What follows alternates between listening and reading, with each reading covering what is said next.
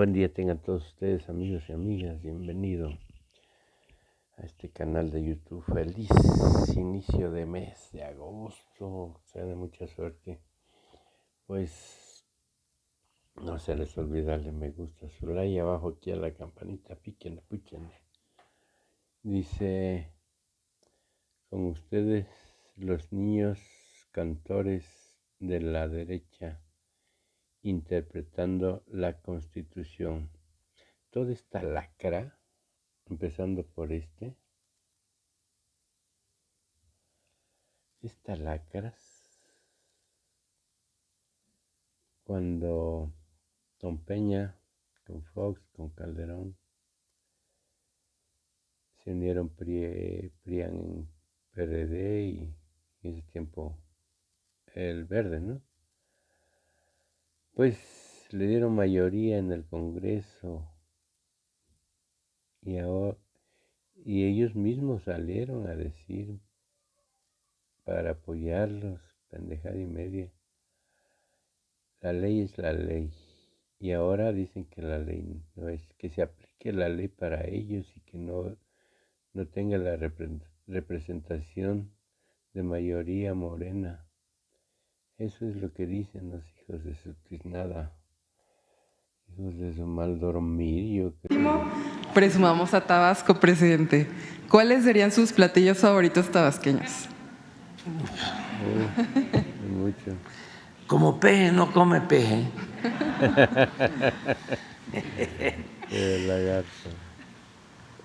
Pues el puchero, y hay en todos lados, nada más que le llaman de otra manera, ¿no?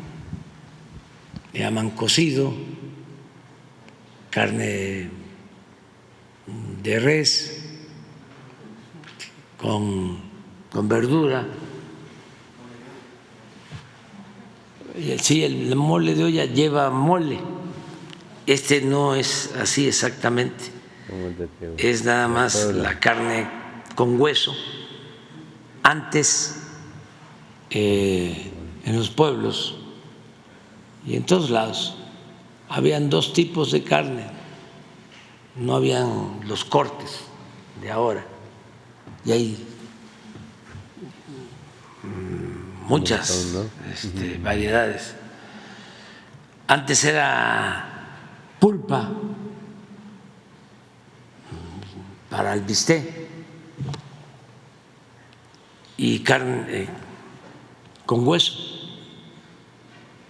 Entonces la pulpa valía el doble que la carne con hueso. La carne con hueso era la que se utilizaba para el puchero, era la comida más común. El que tenía para pulpa pues era bistec, ya era otro nivel, pero lo que más se consumía era la carne con hueso. Y luego pues el hueso traía tuétano, ¿no? Con tortilla caliente y sal, pero no es tan buena para la salud, ¿no? Pero ese es el puchero, ¿sí? Con yuca, con macal, ¿sí? Con calabaza, ¿sí? Con maíz. Y en todo el país hay esta comida, es como el mondongo, que se le llama pancita, menudo, eso es general. Y, por ejemplo, uno de los platillos más sabrosos, ¿no? Además que ya están caros y es nada más en octubre, es como ahora que está lo del chile de nogal, pero uno de los platillos más famosos, poco conocidos, es el mole de cadera, pero eso es octubre. Y tiene una historia como el platillo favorito en Brasil, que se llama la feijoada. La historia de la feijoada es parecida a la del mole de cadera. No me voy a meter tanto en lo del mole de cadera porque tiene que ver con los sacrificios de los chivos y por ahí no voy. Nada más decirles que, por ejemplo, la feijoada, que es frijol con puerco, básicamente, nada más que en Brasil le ponen puerco fresco y también ya puerco asado, pero es una parte del cerdo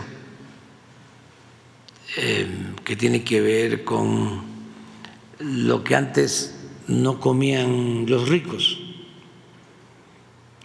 Era la cabeza, el cachete, el hocico, todo eso se lo tiraban y ellos se quedaban con la pulpa. Entonces los esclavos recogían eso y con frijol hacían este platillo, la feijoada. ¿Quién iba a pensar que al paso de los tiempos, ¿no?, la feijoada se convirtió en la comida principal en Brasil? O sea, es el platillo oficial de Brasil, más que como es pesado, hay que comerlo con tomar un poquito de aguardiente que se llama caipirinha, sí, para bajarlo, pues sí, y pero así es lo de el mole de cadera. Y por ejemplo, allá en nuestra tierra, pues hasta hace 30 años, y ahora no se puede y no se debe, pero se comían tortugas, ¿sí?, los tabasqueños, no tanto caguamas, sino más que nada tortugas de agua dulce, ¿sí?, y habían todas las variedades de quelonio, un chiquito ahí que se llama pochitoque, una más grande, mojina, otra icotea, otra de la prehistoria, guau, otro chiquihuao, y así. Entonces, la Semana Santa, que no se podía comer carne, se tenía que comer pescado o tortuga. Ya eso ya no se hace, no se debe de hacer, ¿sí? Y también el huevo, ¿sí?, de tortuga, como el huevo de caguama, que hasta aquí en Tepito vendían los huevos de caguama, y para qué les digo cómo los vendían, pensando que estaban relacionados con la virilidad, cosa que no es cierta. Entonces no hay que comer huevos de caguama. Pero bueno, antes, por ejemplo, la mojarra y el róbalo eran comida de los más ricos, y el pez de lagarto era la comida de los pobres. Y ahora el pez de lagarto ya se volvió ya famoso. y ojalá y siempre haya peje lagarto. Y yo soy peje, pero no lagarto.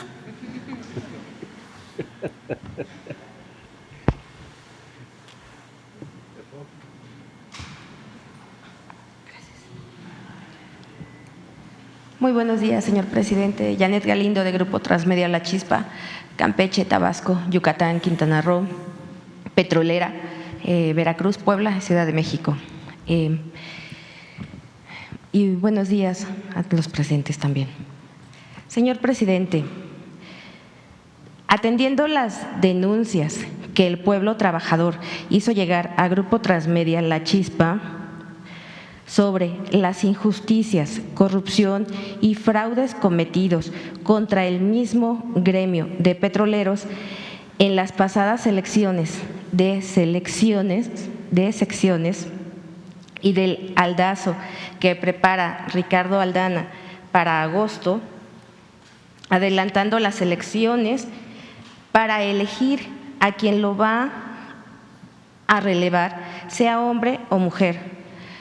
Usted nos dijo hace unas semanas que iba a solicitar al secretario del Trabajo un informe y que le pediría dar un seguimiento a estas elecciones que se llevaron a cabo de las diferentes secciones petroleras para que fueran democráticas. Señor presidente, revelan que se tienen pruebas que Ricardo Aldana es trabajador de confianza al servicio de Petróleos Mexicanos. No es socio sindicalizado. Sin embargo, la corrupción que todavía existe hacen creer que el convenio sindicato-empresa, donde se le da trato a los sindicalizados, le otorgan el derecho de dirigir el sindicato petrolero. Dicho convenio es exclusivamente para que Pemex le trate de sindicalizado, pero el ejercicio dentro del sindicato no es uno de ellos. Esto es clara injerencia del patrón en la vida interna del sindicato que la propia autoridad laboral respalda. Esto 44 y 38, entre otros. Hubo irregularidades, denuncias como el secuestro de urnas, coacción al voto, acarreos, hostigamiento y amenazas. Vamos a pedirle a Marat Bolaños y que venga aquí y que informe sobre las elecciones en las secciones del sindicato petrolero y que nos diga si se va a convocar a elecciones nacionales para agosto. Para agosto, las están planeando adelantar para agosto. Pero ya lanzaron la convocatoria. ¿Mande? ¿Ya lanzaron la convocatoria? Todavía. No. No se sabe. No se sabe. Bueno, pues que venga él a informar. Ok. Sí, la próxima semana. Perfecto. Okay. Y en otro tema, señor presidente, también nos había comentado que iba a hacer la invitación a la doctora Beatriz Müller para comentarnos cómo iba todo esto de el proyecto, de todos los trabajos que ella ha estado haciendo y también la recuperación de todo y las piezas arqueológicas que se han hecho, donde también ella ha participado alrededor del mundo. Bueno, yo quiero invitar Gracias. a Beatriz que nos acompañe un día aquí, porque pues ya nos vamos y ella me ha ayudado mucho. No es servidora pública, formalmente hablando, no es primera dama, ella no aceptó eso, tiene sus razones, pero me ha ayudado mucho en la transformación, como me ayudan millones de mexicanos, porque esto no es labor de un hombre, de una mujer, de un grupo de dirigentes, gobernantes. Esto es la obra de millones de mexicanos. Entre todos hemos logrado que las cosas mejoren en nuestro país, que se transforme el país. Se avanzó bastante, se está avanzando bastante, pero falta. Lo que me tiene contento, repito, es que el relevo, a quien voy a entregar la banda presidencial, es una garantía para que México siga progresando con justicia, que continúe la modernidad, pero forjada desde abajo, entre todos y para todos.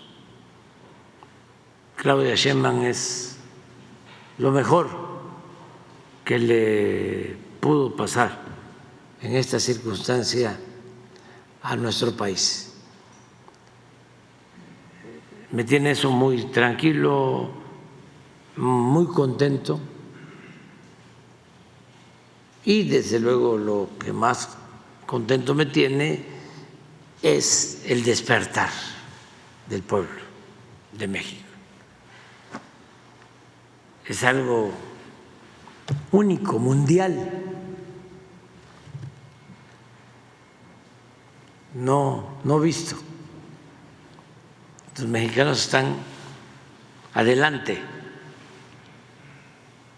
Es una vanguardia en el mundo, el pueblo de México, con sus ejemplos de madurez política, de conciencia, de participación ciudadana, de lucha por la libertad, por la justicia, por la verdadera democracia, el fortalecimiento de sus valores culturales, morales, espirituales. Todo eso es un ejemplo, México. Siempre nuestro país ha tenido un lugar destacadísimo en el concierto de las naciones, pero ahora hay como un renacimiento, y esto se ha logrado con la participación de millones de mujeres, de hombres. Y una de esas mujeres pues es Beatriz, como otras mujeres, millones de mujeres. Entonces la estoy invitando a que venga una mañanera. Vamos a ver, todavía no me dice que todavía no me dice que sí, pero si acepta, vendría a informarle a la gente sobre lo que ha hecho, cómo ha visto las cosas, y ustedes preguntarían.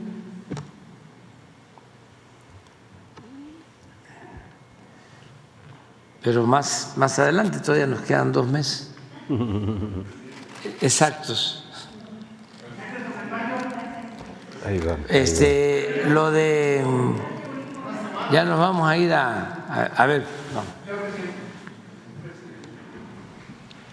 Hace 2 décadas, el dirigente de un partido político en esta ciudad que se encuentra a su derecha, nos respondía en la 15:30 en un espacio radiofónico y en Liberal acerca de lo que significaba para usted, ahora que habló de Santa Fe, el proceso del Encino, y nos decía, ese predio quedará en el patrimonio de los mexicanos. Le pregunto a usted, señor presidente, hace 20 años cuando se fraguaba el primer golpe de Estado contra el teniente coronel Hugo Chávez Frías, ¿qué significó a usted, señor presidente, que José Luis Santiago Vasconcelos estuviera cerca de su casa en Copilco con una orden de aprehensión para detenerlo ante el proceso de desafuero? Y quisiera, aprovechando que hoy se habló de Chapultepec y Santa Fe como un actor importante de ese proceso, ¿cómo respondió a esa condición como primer planteamiento, señor presidente, y sobre todo por quien lo acompaña de mano derecha hoy? Bueno, pues decir que Martí es un amigo, compañero, hermano de lucha de muchos años, es un hombre preparado. Martí tiene muy buena cultura política, es escritor, es buen expositor, es un cuadro, como se dice en política, y es una gente con principios, es una gente honesta. El primer presidente de Morena. ¿Cuándo se fundó Morena? Como partido en 2012, como movimiento en 2011. Pues fíjese, Morena se fundó en 2012, él fue su primer presidente. Y ahora estamos en el 24, hace 12 años. ¿Y quién iba a pensar que en 12 años Morena gobernara el país, la mayor parte del país, porque se tiene el gobierno federal, 24 estados, ¿no? Entre alianzas y 24, 23 de los 32. Ahora que está el debate sobre representación, está como para decirles, bueno, si Morena ganó en el 85% de los 300 distritos, 85% de todos los distritos, de los 300 distritos. Entonces es un fenómeno, y él fue presidente, fundador de Morena. Nos costó construir Morena. Bueno, ¿qué se hubiese hecho sin la gente? Ustedes saben que para construir un partido político de conformidad con la Constitución, pues ahora, ¿no? Pasando la elección se tiene hasta diciembre, así es. Para hacerlo. Para, sí, solicitar. En enero. En enero. Del año siguiente a la elección. Sí, en enero, los que quieran tener un partido político tienen que hacer la solicitud de acuerdo a la Constitución, que eso ya nosotros lo estábamos cambiando, lo vamos a cambiar, si así lo decide el Congreso, porque es una limitante a los derechos de asociación. ¿Cómo va a ser posible que cada 6 años, en enero de cada 6 años, solo se pueda, o sea, el tiempo para solicitar el registro de un nuevo partido? Enero cada 6 años. y se hizo la solicitud. En enero del 2003. Sí, pero para lograr tener el partido se tenía que hacer, y se tiene que hacer todavía, se tienen que hacer asambleas, 200 asambleas. O estatales. ¿Estatales cuántas? 32. Bueno, nosotros seguimos la vía de las asambleas estatales. Las estatales. Sí, las asambleas estatales con 3,000 ciudadanos cada uno. Entonces, y con su credencial de elector, que se tenían que presentar ante las autoridades del INE y se iban apuntando, y en la mayoría de los casos logramos en la primera, ¿no?, juntar los 3,000, pero en otros casos tuvimos que irnos a la segunda vuelta porque no se reunían, ¿no? Sí. Hasta que lo logramos y así nos dieron el registro. Entonces, él es pues actor principal, protagonista de esta nueva historia, Martí. Hace 8 días aquí, frente al director de la Comisión Federal de Electricidad, señor presidente, nos recordó también que el gobierno, su gobierno, le compró acciones a Iberdrola, pero Iberdrola, junto con otras 2 empresas españolas, son las que han iniciado la reconquista de México, señor presidente, y además un juez de distrito amparó a Iberdrola para que la eximiera de pagar 6,000 millones de pesos. Ya le pagó a su gobierno Iberdrola esos 6,000 millones porque usted pagó 6,000 millones de dólares, o los mexicanos, a Iberdrola por 13 de sus acciones. Sí, no hay ningún tipo de condonación de impuestos a nadie. Y ya se llevó a cabo la operación con Iberdrola, se compraron 13 plantas de generación de energía eléctrica a Iberdrola. Tuvimos con ellos diferencias fuertes porque ellos eran los consentidos de Calderón y de otros gobiernos. Entonces, fueron creando una especie de monopolio privado en el manejo de la generación eléctrica.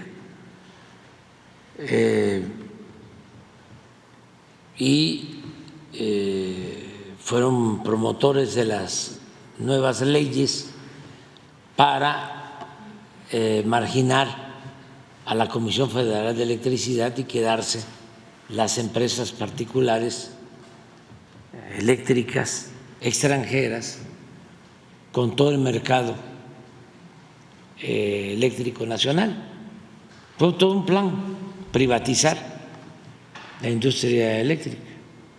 Entonces llegamos y ya paramos eso, rescatamos a la Comisión Federal de Electricidad.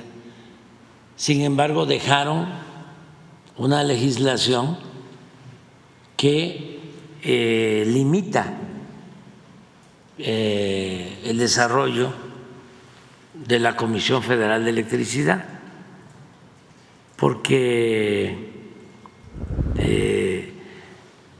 obliga a la Comisión Federal a una competencia desleal,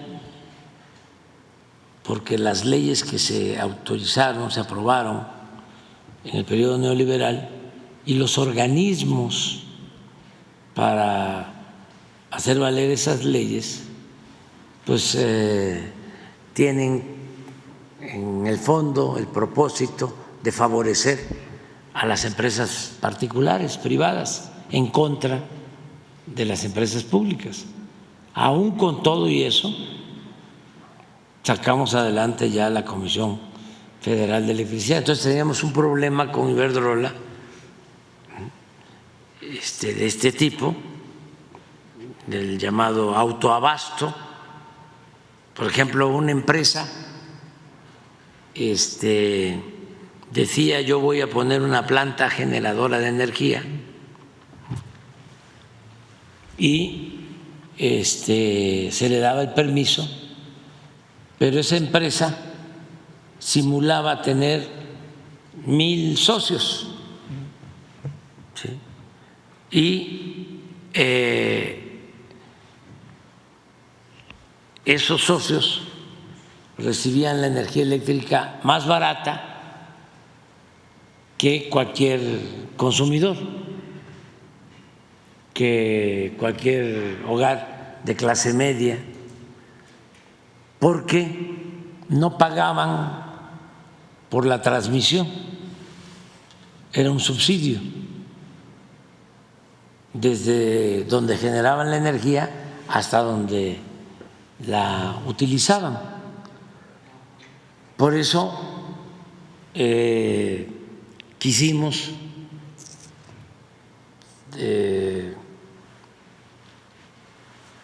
elaborar una nueva ley eléctrica, se aprobó la ley eléctrica, pero Me echaron para atrás. defendiendo a las empresas privadas extranjeras, la Suprema Corte canceló la ley eléctrica que yo propuse. Por eso queremos que se tengan jueces, magistrados y ministros al servicio del pueblo y de la nación, no al servicio de las empresas extranjeras y de particulares, entre otras cosas, pues. Pero llegó el momento que sabían que nosotros no íbamos a ceder, que ya era distinto, porque Iberdrola, y no solo aquí en México, en España, que es su sede matriz, allá contratan lobistas, agentes para las relaciones públicas con gobiernos extranjeros. Entonces, contratan políticos de derecha, pero también de izquierda, ¿sí? No solo de derecha, hablando con la verdad. Entonces les pagan y estos lobistas hacen trabajo, ¿no?, de relaciones públicas, Sí, fueron los y utilizan el influyentismo espejitos que para sacar provecho en beneficio de estas empresas, al grado que cuando Calderón termina Fox, de usurpar la presidencia, cuando termina el sexenio de Calderón, Borolas. se va a trabajar con Iberdrola, al Consejo de Administración de Iberdrola. Entonces, la primera plática que tengo con el señor director de Iberdrola, que él plantea que están haciendo muy bien las cosas y yo difiero de él, le digo, ya no hablemos del autoabasto y de cómo han ido creciendo, porque esto comenzó con Salinas. Antes, eso para los jóvenes, la generación de energía eléctrica, la distribución de la energía eléctrica era una facultad exclusiva de la Comisión Federal de Electricidad, una empresa pública sin fines de lucro. Y con Salinas comenzó la privatización de la industria eléctrica. Eso también para que lo sepan los jóvenes. Entonces, con Zedillo se incrementó la privatización, empezaron a hacer contratos estos de autoabasto, y luego ya se llegó al extremo de modificar la ley, la Constitución y la ley de la materia para darle preferencia a las empresas extranjeras. Entonces, además de todo esto que hicieron en beneficio de particulares, se atreven como burla a llevarse de empleado al presidente de México, aunque haya actuado como usurpador. Se lo llevan de empleado, como la empresa ferrocarrilera extranjera que se quedó con los ferrocarriles nacionales se llevó de empleado a otro presidente, a Zedillo, que fue el que privatizó los ferrocarriles. Entonces, esa es la historia. Pasa el tiempo, nos cancelan la ley eléctrica, un juez cuyo nombre es preferible olvidar, los ampara a los extranjeros y se cancela la ley.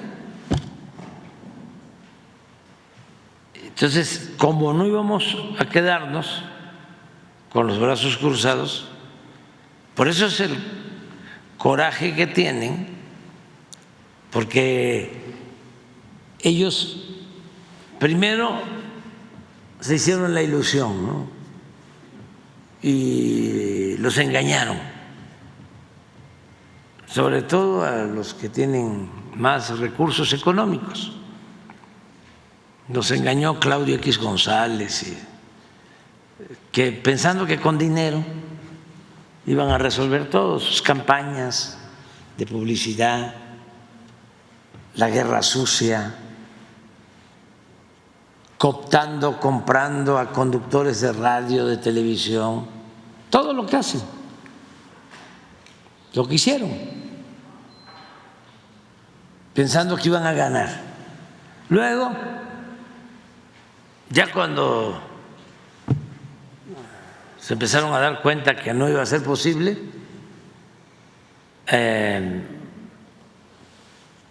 plantearon que no se ganara el Congreso, que el movimiento de transformación no ganara el Congreso, la mayoría simple,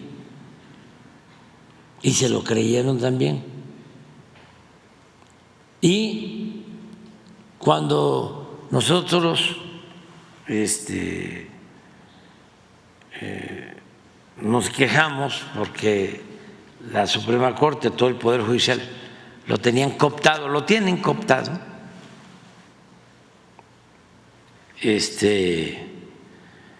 estaban muy confiados de que el pueblo no iba a darse cuenta de que si no se tenía mayoría calificada no se podía seguir avanzando en la transformación. Y el pueblo, que es mucha pieza, se dio cuenta y votó más de lo que ellos imaginaban por la transformación, 36 millones de votos, como nunca. Entonces fue un fenómeno. Entonces, ya cuando se dan cuenta, bueno, todavía no vuelven en sí, todavía no lo digieren, porque como no respetan al pueblo y piensan que el pueblo no existe y que puede ser manipulable el pueblo,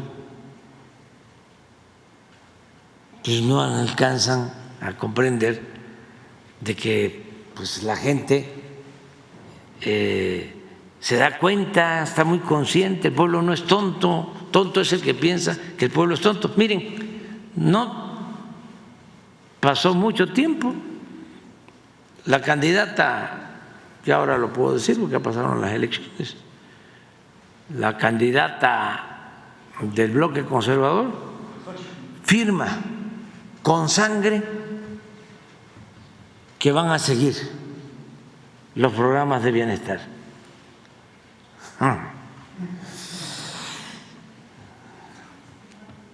Así, en un acto, ¿no? Van a seguir los programas de bienestar, pensando que a la gente les iba a creer, que la gente es manipulable. No. ¿Cuál fue la respuesta? Toma tu champotón, ¿no? No les creyeron. Pero apenas pasó la elección, ¿cuánta razón tiene el pueblo de México? Que el presidente del partido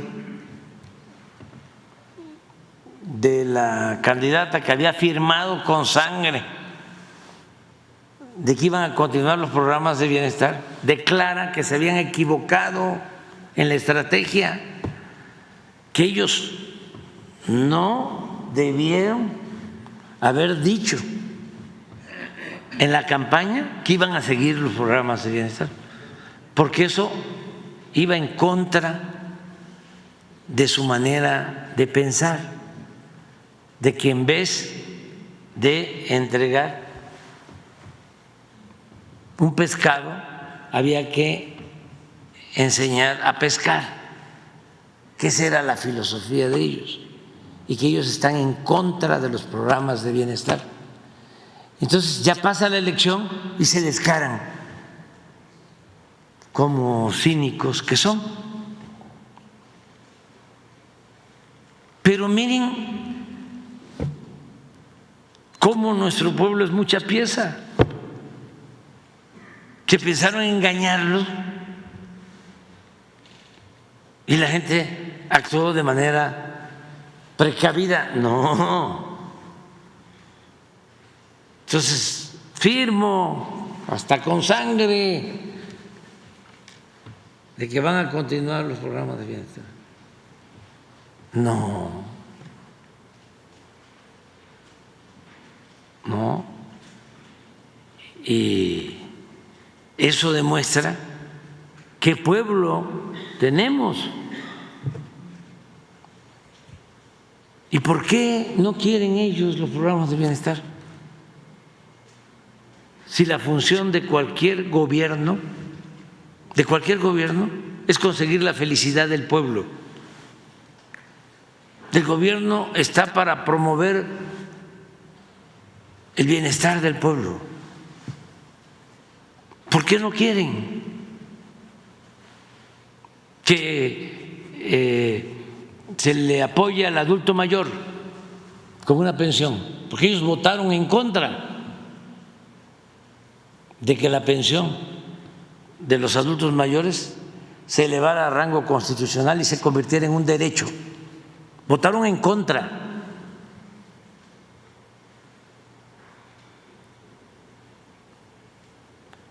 Y después ya dicen, no van a cambiarlos, vamos a seguir. ¿Pero por qué? ¿Por qué les afecta?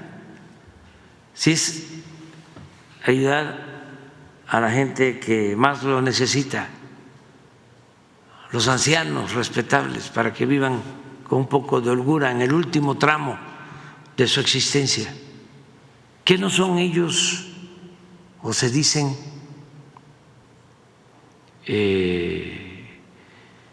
católicos, cristianos, que no el sustento, la esencia de la doctrina cristiana es el amor al prójimo. No a Jesús lo crucificaron por defender a los pobres, a los desposeídos.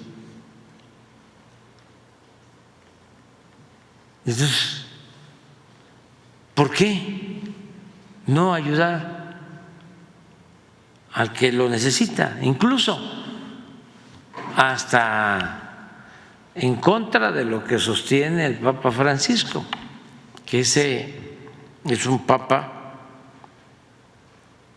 que practica el humanismo auténtico, que defiende a los pobres. ¿Por qué esa hipocresía? ¿Por qué lo que se destina a los pobres es populismo, es paternalismo? Hay que enseñarlos a pescar. No les des pescado, sí, pero si no hay agua, no hay ríos, no hay arroyos, no hay pescado, ya sabemos pues que lo mejor, y lo estamos haciendo, es que haya crecimiento económico, que se impulse la producción, que se generen empleos. México es hoy el país del mundo con menos desempleo. Ya casi tenemos empleo pleno. Los salarios se han incrementado a más del doble. Sí, claro que sabemos que esa es una vía, pero también hay que apoyar a los más pobres, a los más necesitados, como lo hacen en algunos países con el estado de bienestar, en Europa, que se apoya con pensiones, que se apoya con becas, que la salud es gratuita. Eso no lo copian. Entonces, sí tenemos diferencias porque cuando convirtieron ellos las deudas privadas de banqueros y de grandes empresarios en deuda pública, eso no es populismo, eso no es paternalismo, eso es fomento, eso es rescate.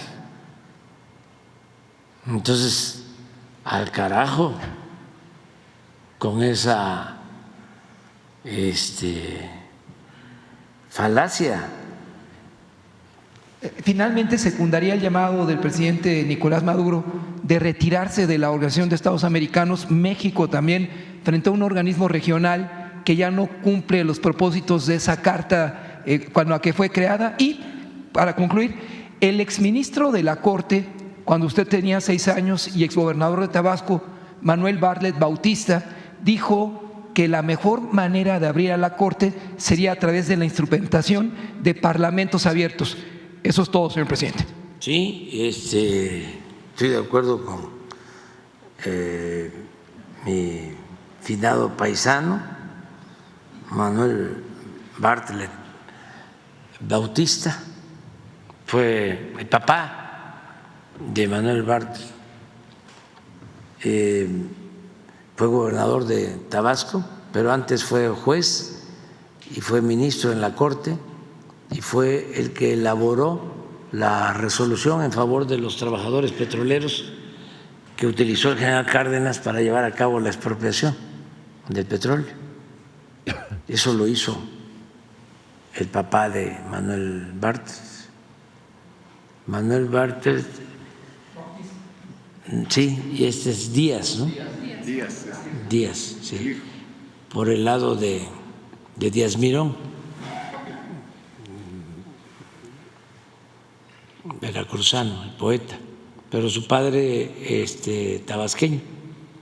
Entonces, totalmente de acuerdo en el Parlamento, y en este caso es elección, o sea, que se elija a los jueces, no va a pasar nada. con un pueblo tan consciente como el nuestro, es renovar la vida pública. Además, lo que no saben nuestros adversarios, y esto para los jóvenes,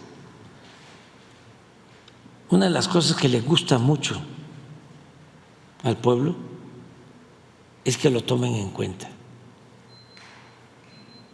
Todo lo que es consulta o participar en una decisión, siempre lo ve el mexicano con buenos ojos. Siempre. Y está demostrado que el método democrático es lo más eficaz. Para no equivocarnos, lo mejor es preguntar.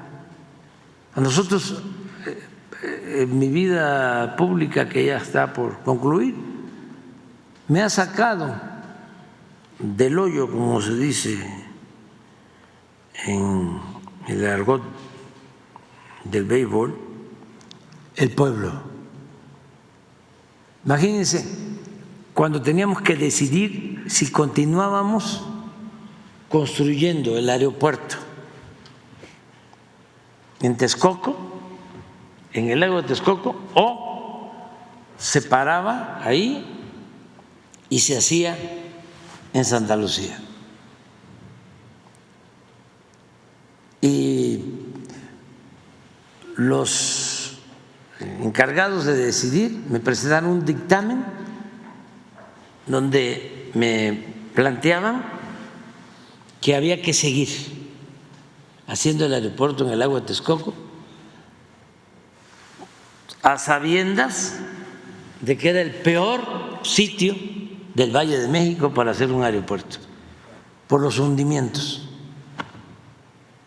y con un costo elevadísimo. Bueno, estaba pensado que lo iban a terminar en el año próximo, 2025, el aeropuerto, y estaba estimado en 300,000 millones. Imagínense la ensartada en lo que iba yo a estar metido.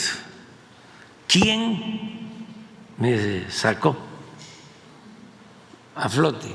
¿Quién nos liberó de esa trampa? El pueblo. Porque cuando me entregaron el dictamen, esa noche no dormí, de las pocas veces que no duermo, porque afortunadamente ya estoy por terminar y siempre he dormido muy bien, con mi conciencia tranquila, pero esa noche sí, me levanté en la mañana 2, 3 veces, a medianoche. ¿Qué hago? ¿Qué hago? Y apenas estaba amaneciendo y ya estaba yo arreglándome para irme a la oficina, era yo presidente electo, y ya le estaba hablando al ingeniero Javier Jiménez Espriu. Digo, le espero en la oficina, tengo algo que plantear. Y ese día teníamos que resolver. Le digo, ¿sabe qué? No, yo no puedo con esto. Esto va a ser un fracaso. Va a ser terrible. Todos los medios, pues ahí estaban metidos. Los dueños de un medio de comunicación ya tenían asignada la pista principal. ¿Qué saben de construir una pista de aeropuerto los que se dedican a la información? Ya estaba todo. Era un gran atraco.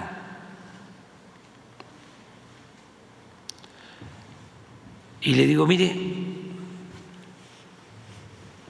vamos a darnos nuestro tiempo. Hay una agencia que maneja el espacio aéreo, Los que me están escuchando, yo creo que la Yata, alguna de esas. Sí, pero esos también los tenían cooptados. Pero como ya dije que cooptado no se entiende, es comprado. ¿Sí? Porque a veces esos eufemismos no ayudan a entender las cosas. Bueno, ellos mandaron en la madrugada, un día antes, el dictamen hecho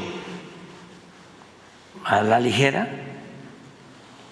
porque estaban cooptados, hablando de que no se podía hacer el aeropuerto de Texcoco porque iba a haber interferencia aérea, a pesar de que hay tanta tecnología ya. Y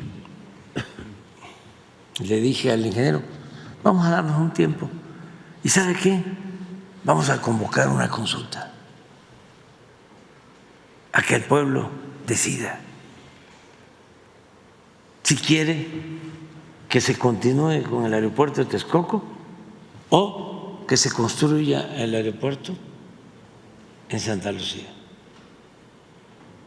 y que se den razones y todo. Y votó la gente y decidió que no se hiciera el aeropuerto en Texcoco.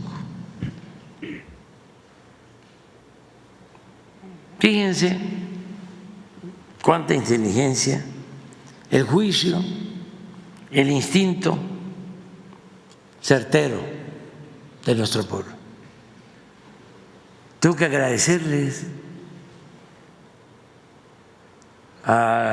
Después vino también la suerte, que cuenta mucho, que nos encontramos a los ingenieros militares, porque bueno, ya no se va a hacer ahí, se va a hacer en Santa Lucía. ¿Y con quién se va a hacer? Con las empresas corruptas que habían dejado, con honrosas excepciones, todas las empresas de la construcción echadas a perder, todas por el influyentismo. Empresas constructoras que tenían más abogados que ingenieros. ¿Con quién? Y me entero y aparecen los ingenieros militares. Y vámonos con los ingenieros militares. Y en 2 años hacemos el aeropuerto de Felipe Ángeles, en Santa Lucía. 3 pistas, 3 de concreto. Ustedes saben que el aeropuerto de la Ciudad de México no puede tener concreto, se le tiene que poner siempre asfalto, emulsión asfáltica, porque el concreto se rompe por los hundimientos. Y estamos hablando del aeropuerto de la ciudad, que no está en el centro del lago de Texcoco, donde iban a construir el nuevo aeropuerto. Entonces, ¿cuánto? Lo que iba a costar 300,000 nos costó 75,000 y pagamos 100,000 a las empresas, porque cuando supieron que ganamos empezaron a apresurar, a entregar contratos y contratos y contratos, pensando que si ya dejaban todo contratado ya no íbamos a poder dar marcha atrás. Pues no le quedamos a deber a nadie. Se pagaron 100,000 millones, nos costó 75,000 millones para 300 que tenían estimado, porque no iba a costar eso, iba a costar mucho más. ¿Cuánto nos ahorramos? 125,000 millones de pesos. Claro, imagínense el coraje, la rabia, ¿no?, de quienes ya tenían su negocio porque iban a cerrar el actual aeropuerto, se iban a quedar con las 600 hectáreas el actual aeropuerto, iban a hacer un Santa Fe en el actual aeropuerto y además iban a cerrar el aeropuerto militar, la base aérea número 1, que es la base aérea de Santa Lucía. Ya tenían todo armado. Pues por eso el coraje empezaron. La central camionera, ¿cómo es? Avionera. Ahí no se para nadie, ahí espantan. ¿Sí? No se paran ni las moscas. Todavía el miércoles pasado vimos cómo sacaron una noticia de que se desplomó, se inundó, y era en Turquía. Pero están todavía, pero acepto el enojo, lo acepto, pues entiendo, pues son intereses, ¿sí?, de los que dejaron ahí de robarse miles de millones de pesos del presupuesto público, porque son unos viles ladrones. Acepto que ellos estén enojados, pero hay gente que se cree pues fifí, o que es aspirante a fifí, que también están enojados. Imposible. ¿No les ha tocado eso? Sí. ¿Sí? Conozco a uno. Cuando el 2006, que decían que se iba a caer la bolsa si ganábamos, toda la guerra sucia. Me acuerdo que el maestro Monsi hizo un artículo que, porque una trabajadora doméstica, ¿no?, dice, no voy a votar por López Obrador, porque va a haber fuga de capital, todo lo que decían, ¿no?, y se va a caer la bolsa. Bueno, ¿y tú qué? Si tú no tienes nada que ver con la bolsa, no tienes. No, pero va a ser tremendo, terrible. Pero tengo la bolsa del mandado. Por la manipulación de los medios. Más que ahora ya no funcionaron, no les sirvió, y Pensaron que sí. ojalá y los medios, ¿no?, aprendan la lección. Y fue histórica, porque es por primera vez en siglos. Porque aquí hemos hablado de cómo los conservadores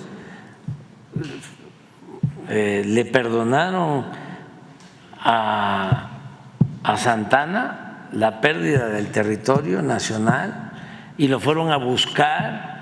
Y Lucas Alamán, que era el ideólogo de los conservadores, le escribe a Santana, ahí está la carta, le dice, no se preocupe, véngase de nuevo después de esa gran tragedia, porque nosotros somos los dueños de los medios de información, de los periódicos de esa época.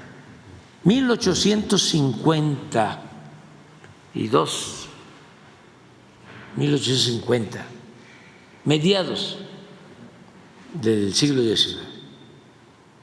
No se preocupe, véngase. Además, o somos los dueños o controlamos a los periódicos del país y nosotros formamos la opinión general, lo que ahora se llama opinión pública. O sea, esto viene de tiempo atrás. Luego aparece lo de Goebbels. Sí, pero es después, casi 100 años después, con lo mismo. La propaganda es fundamental. Una mentira que se repite muchas veces puede convertirse en verdad. Y llegamos al 2024 y tómala. Tengan para que aprendan. Por primera vez en siglos no se ha analizado el fenómeno. No se ha analizado bien el fenómeno.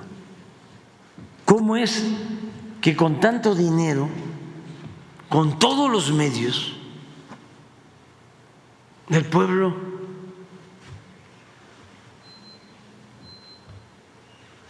les dice no, basta?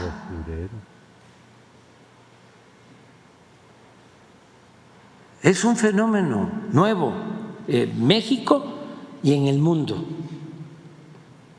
pero es para el análisis. ¿Qué pasó? O sea, a ver, ¿por qué falló Loret?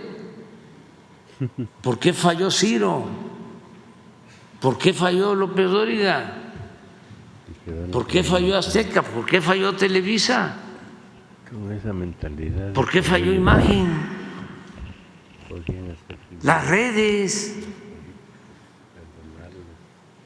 ¿Cómo va a fallar una campaña que nunca se había hecho en redes con el mensaje AMLO, narcopresidente? Millones de repeticiones en todo el mundo, no en todo el mundo, aquí, pero bots contratados en el extranjero. Y falla todo, que no amerita un análisis autocrítico de sus intelectuales orgánicos.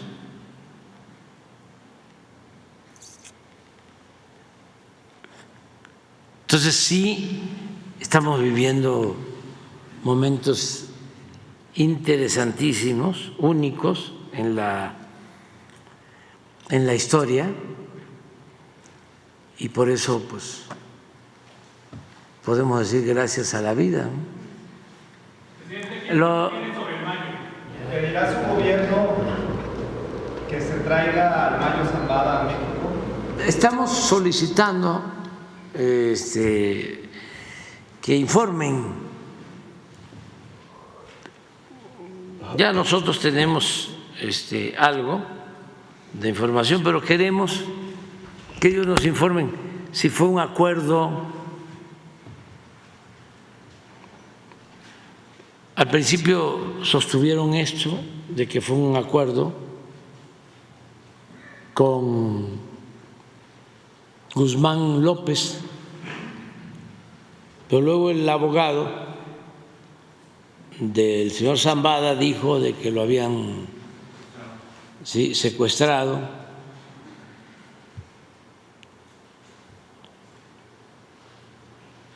Queremos saber. ¿A una semana todavía no hay certeza, presidente? ¿Dónde? ¿A una semana todavía no hay certeza de cómo fue esta detención? Todavía no se tiene pues la certeza, tener todo, no se tienen todos los elementos. Lo del vuelo sí ya está, parece que descartado.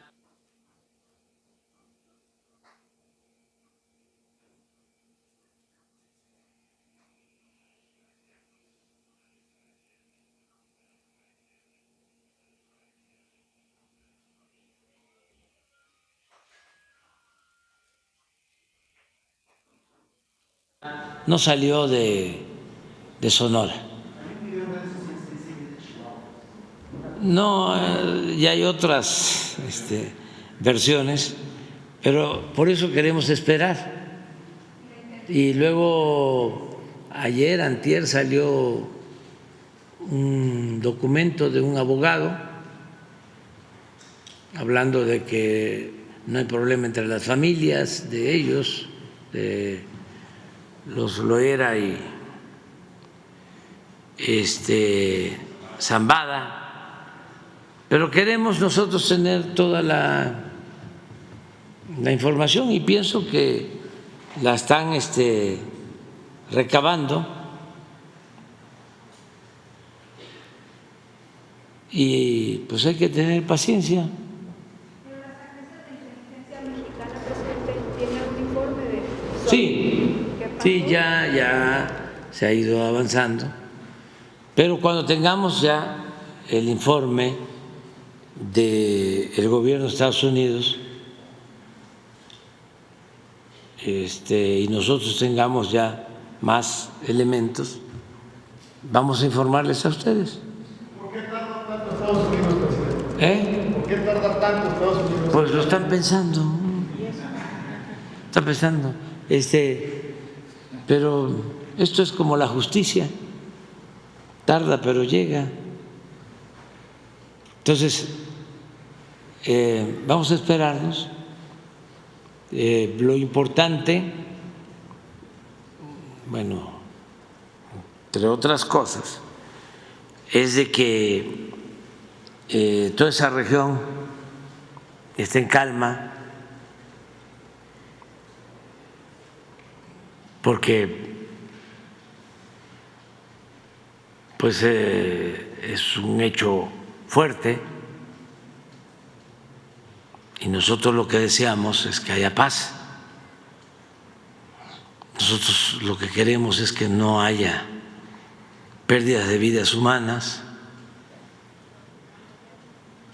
Eso es lo que más nos interesa, nos importa. Y hasta ahora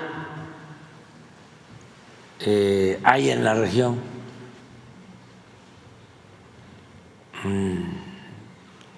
tranquilidad, paz, no hay hechos de violencia excepcionales, no hay confrontación, no hay enfrentamientos. Claro que a lo mejor nuestros adversarios eso es lo que quisieran, ¿no? Porque ya ahora menos, pero antes estaban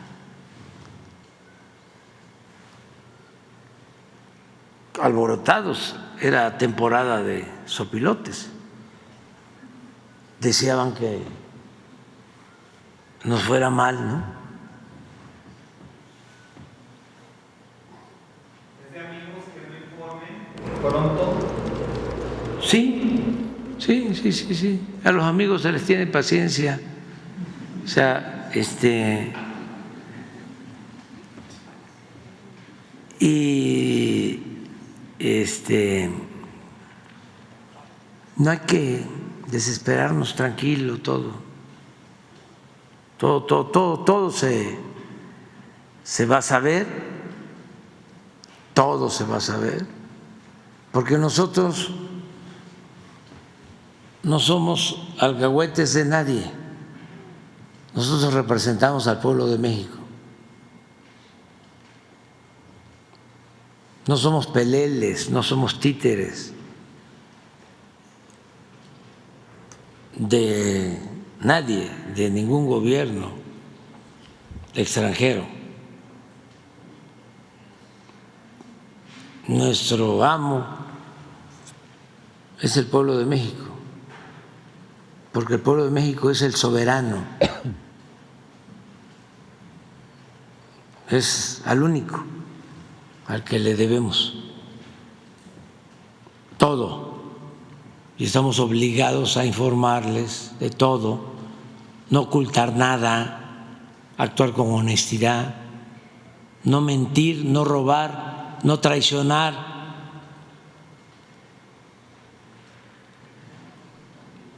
Entonces, vamos a esperar.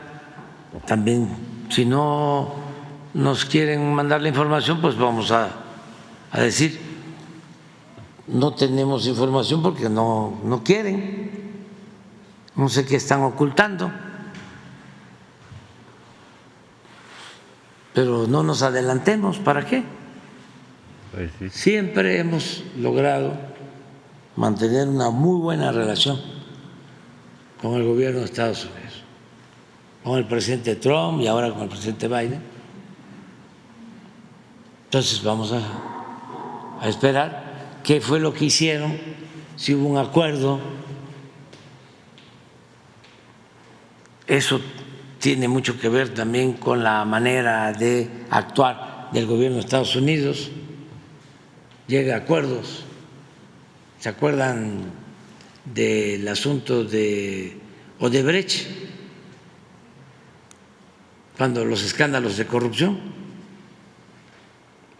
pues En Brasil cayeron. detuvieron al dueño, Odebrecht, en Estados Unidos y llegaron a un acuerdo. Nada más que le pidieron que informara y de ahí se desató la caída y el encarcelamiento de presidentes de la República en varios países, en Perú y en otras partes. Pero eso surge de un acuerdo en Estados Unidos. Entonces hay que esperar. No, porque no participó el gobierno mexicano. Una de las cosas que nosotros tenemos probadas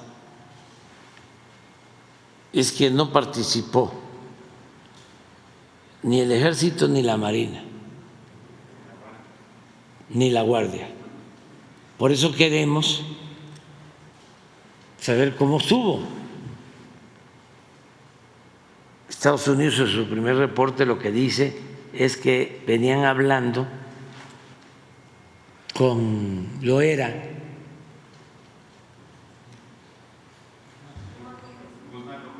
Guzmán López, porque quería entregarse y que de repente se enteraron de que en el avión no solo iba Guzmán López, sino también el señor Zambada. Pero pues eso es lo que queremos saber y se los vamos a compartir a ustedes. Y también es cosa que no se anden creyendo todas las versiones, ¿no? Porque hay muchas cosas, ¿no?, que se dicen que no tienen que ver con lo que posiblemente sucedió, ¿no? Hay que esperarnos, que no haya conjeturas para no equivocarnos. Y esos son asuntos delicados para el país. Ya no puedo puntualizar más, pero ustedes yo creo que sí se dan cuenta, ¿no? Y muchos, de que son cosas serias, que lo mejor es hablar con la verdad, hablarle al pueblo con la verdad, no engañar ni actuar de mala fe. Entonces eso es lo que vamos a hacer en su momento. Pero sí hay nota, aparte de lo de, ya ven que siempre se anda buscando, la nota es la nota, dicen. Hay bastante. Hoy entran, les doy una nota, ¿sí? Porque para que no se queden así de que no hubo nada, no hubo nota.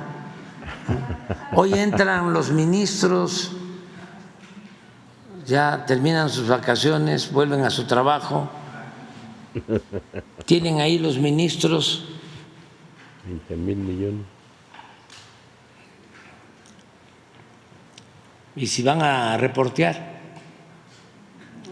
está aquí enfrente, Que vayan.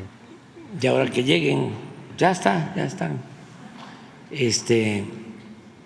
Tienen un expediente ahí, 2 expedientes que tienen que resolver sobre pagos de impuestos por 25,000 millones de pesos. ¿No más? ¿Es nota o no es nota? Sí, es nota, ¿verdad? 25,000 millones.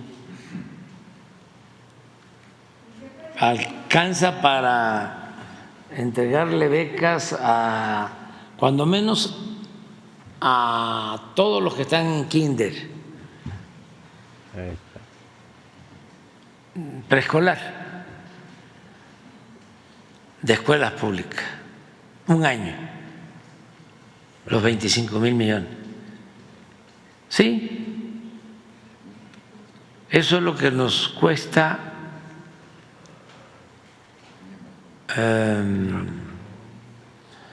¿cuánto cuesta al año las becas para los estudiantes de preparatoria de educación pública? Pregúntale a Abraham. Ahí lo deben de tener.